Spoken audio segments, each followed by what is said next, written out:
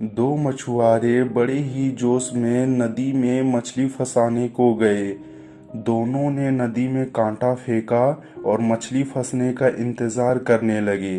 अभी कुछ ही देर हुई थी कि पहले मछुआरे के कांटे में एक बड़ी सी मछली फंसी और वह उसे देखकर बहुत खुश हुआ।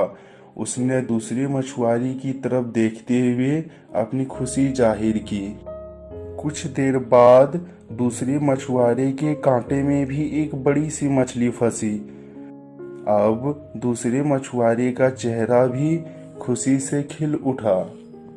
मछुआरे ने मछली को डिब्बे में रखा और फिर से नदी में कांटा फेंका।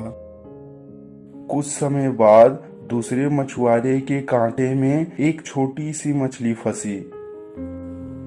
मछुआरा मछली को कांटे से निकाल ही रहा था। इस दौरान बड़ी मछली जो मछुआरे ने फंसाई थी वह उछलकर नदी में चली गई।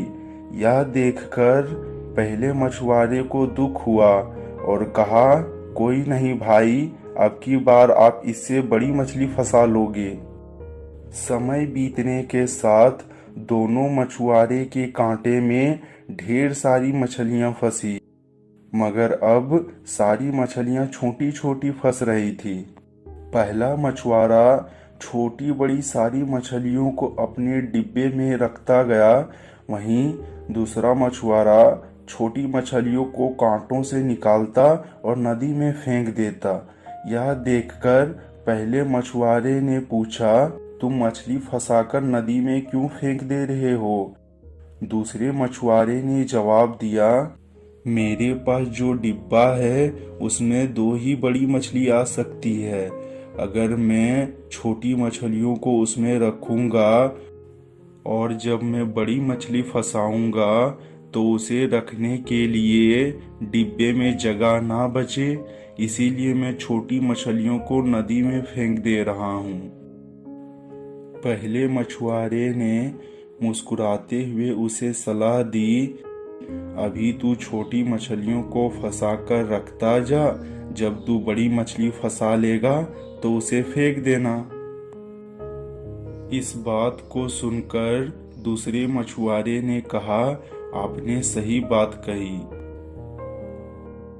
हम में से ज्यादातर लोग उस दूसरे मछुआरे की तरह होते हैं। एक बड़ा सा लक्ष्य हासिल करने की जिद में हमारे रास्ते में आए छोटे छोटे मौके को हम गवा देते हैं। कई बार यही छोटे छोटे मौके हमें हमारे बड़े गोल तक ले जाती है। इसलिए हमें हर एक मौके और अवसर को खुशी खुशी स्वीकार करने की जरूरत है।